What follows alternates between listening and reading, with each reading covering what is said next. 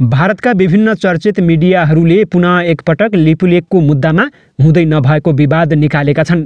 2 वर्ष अघि नेपालको संसदले आफ्नो नयाँ राजनीतिक नक्सामा समेटिएको कालापानी, लिपुलेख र लिम्पियाधुरा क्षेत्रमा चीनको सहयोगमा नेपालले सैनिक क्याम्प स्थापना गरेर भारतको सुरक्षामा दखल दिएको ती मिडियाको आरोप रहेको छ। उनीहरूले भनेका छन्, भारतको उत्तराखण्ड राज्यको पिथौरागढ जिल्लामा रहेको भारतको अभिन्न अङ्ग लिपुलेखमा नेपालले चीनको सहयोगमा सैनिक क्याम्प स्थापना गरेर भारतीयलाई आवत जावतमा गम्भीर रोक लगाएका छन्। साथै उक्त मिडियाले चीन, नेपाल र पाकिस्तान मिलेर भारतमा हमला गर्न खोजेको पनि गम्भीर आरोप लगाएको छ। थप जान्नको लागि सोही मिडियाले बनाएको यो रिपोर्ट एकैछिन हेर्नुहोस् है त।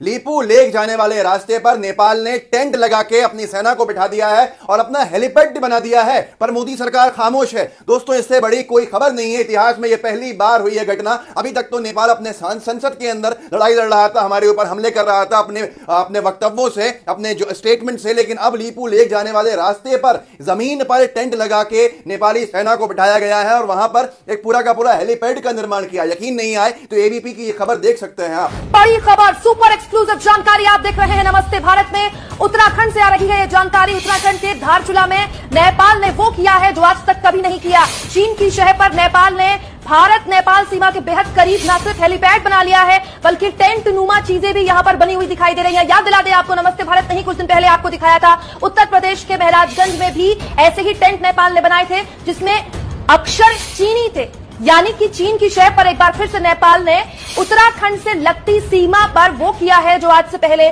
कभी नहीं किया। धारचूला से लिपुलेख जाने वाले रास्ते पर नेपाल की सेना ने न सिर्फ हेलीपैड बना लिया है बल्कि इस रास्ते पर नीले टेंट भी दिखाई दे। दोस्तों, देखा आपने किस तरह से डंका बज रहा है विदेश में। आखिर कब सवाल पूछना शुरू किया जाएगा मोदी सरकार से, कब सवाल पूछना शुरू किया जाएगा विदेश नीति पे। अभी हमारे चाइना से लड़ाई जो थी वो खत्म भी नहीं हुई थी। हमारे 20 सैनिकों की शहादत का हमने बदला भी नहीं लिया है, हमने कोई उस पर कार्रवाई भी नहीं की है और आंखें अभी तक नम है भारत के लोगों की कि हमारे 20 जवान शहीद हो गए और नेपाल ने यह करा जो कभी उसने किसी इतिहास में नहीं किया था। अब कब सवाल किए जाएंगे। इसके साथ साथ नेपाल यही नहीं रुक रहा है दोस्तों। पाकिस्तान, नेपाल, चीन एक साथ हमारे सैनिकों पर हमलावर है जिस तरह से देखा जा रहा है और टेंशन बढ़ते जा रहे हैं।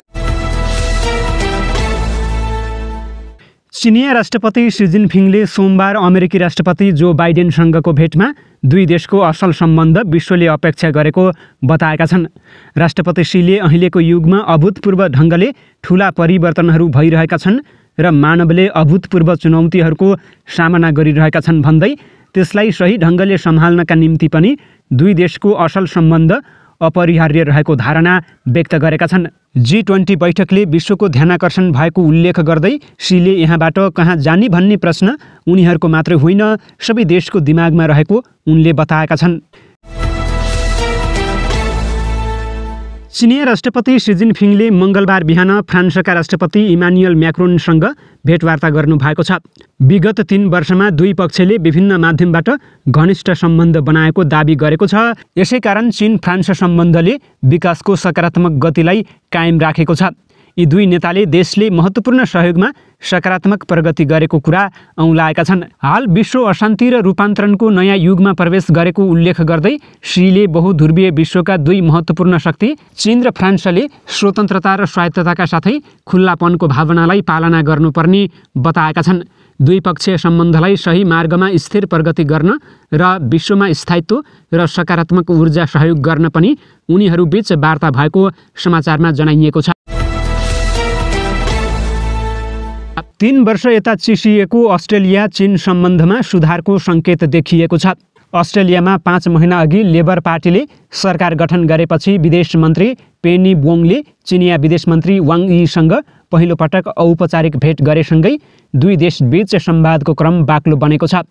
कम्बोडियामा भइरहेको आसियान सम्मेलनमा प्रधानमन्त्री एन्थोनी अल्बानिजीले आइतबार चिनिया प्रधानमन्त्री ली खसाङसँग अनौपचारिक भेट गरेका छन्। उक्त भेटसँगै दुई देशबीचको कूटनीतिक सम्बन्धमा थप सुधार आउने विश्लेषण गरिएको छ। यसअघि अस्ट्रेलिया सरकारले चिनिया टेलिकम्युनिकेसन कम्पनी हुआवेलाई अस्ट्रेलियामा 5G नेटवर्क विस्तार गर्न नदिने र वैदेशिक हस्तक्षेप सम्बन्धी कानुन पारित गरिएसँगै दुई देशबीच तिक्तता सुरु भएको थियो। त्यसपछि कोरोना भाइरसको उत्पत्तिका विषयमा अनुसन्धान गरिनुपर्ने सवालमा अस्ट्रेलियाले लिएको कडा अडानपछि सम्बन्ध बिग्रेको थियो। कोरोना भाइरसको उत्पत्तिका विषयमा छानबिन हुनुपर्ने माग उठाएपछि रुस र चीनले अस्ट्रेलियासँगको अर्बौं डलर बराबरको व्यावसायिक सम्बन्धमा असर पर्ने गरी विभिन्न निर्णय गरेको थियो। चीनले अस्ट्रेलियाबाट आयात गरिने करिब 20 अर्ब डलर बराबरको खनिज, मासु, वाइन, जौल लगायत आधा दर्जन बढी वस्तुमा कर लगाउनुको साथै रोक समेत लगाएको थियो। त्यसयता समस्या समाधानका लागि अस्ट्रेलियाली पक्षले पहल गर्दै आएको भए पनि त्यसलाई चिनिया पक्षले बेवास्ता गर्दै आएको थियो। तर नयाँ सरकार आएपछि वार्ता अघि बढाउँदै अल्बानिजी सरकारले चीनसँगको सम्बन्ध सुधारको पहल थालेको थियो। आफ्नो व्यावसायिक साझेदार मध्येको पहिलो देश भएका कारण समेत अस्ट्रेलियालाई चीनसँगको सम्बन्धमा सुधार ल्याउन आवश्यक रहेको र चीनले पनि अस्ट्रेलियासँगको कूटनीतिक सम्बन्ध लामो समयसम्म अप्रिय राख्न नसक्ने विज्ञहरूले विश्लेषण गर्दै आएका थिए।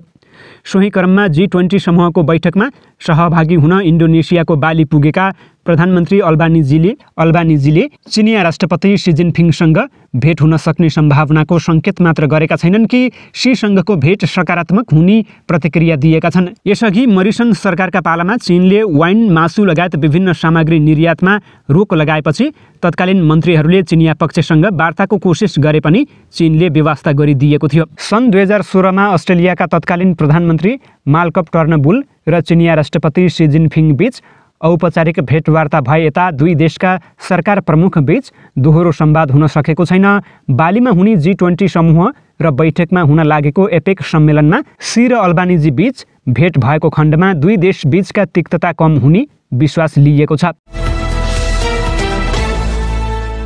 जापानका प्रधानमन्त्री फुमियो किसिदाले आउँदो बिहीबार चिनिया राष्ट्रपति सी जिनपिङसँग भेटवार्ता गर्ने भएका छन्। एसियामा ताइवान र उत्तर कोरियालाई लिएर तनाव बढिरहेको बेला यी दुई शक्तिशाली राष्ट्रका शीर्षस्थ नेताहरूबीच भेटवार्ता हुन लागेको हो। जापान र चीन दुवैको प्रयासबाट रचनात्मक र स्थिर जापान चीन सम्बन्ध निर्माण गर्न आवश्यक रहेको छ। सोमबार जापानका मुख्य क्याबिनेट सचिव हिरोकाजु मात्सुनेले नियमित पत्रकार सम्मेलनमा बताएका छन्, हामी द्विपक्षीय सम्बन्धलाई अघि बढाउन छलफल गर्न चाहन्छौँ। दुवै नेताहरू गएको मङ्गलबारदेखि G20 शिखर सम्मेलनका लागि इन्डोनेसियामा रहेका छन्। त्यसपछि दुवैजनाले यसै साताको अन्त्यमा एपेक शिखर सम्मेलनमा सामेल हुन थाइल्यान्डको यात्रा गर्नेछन्।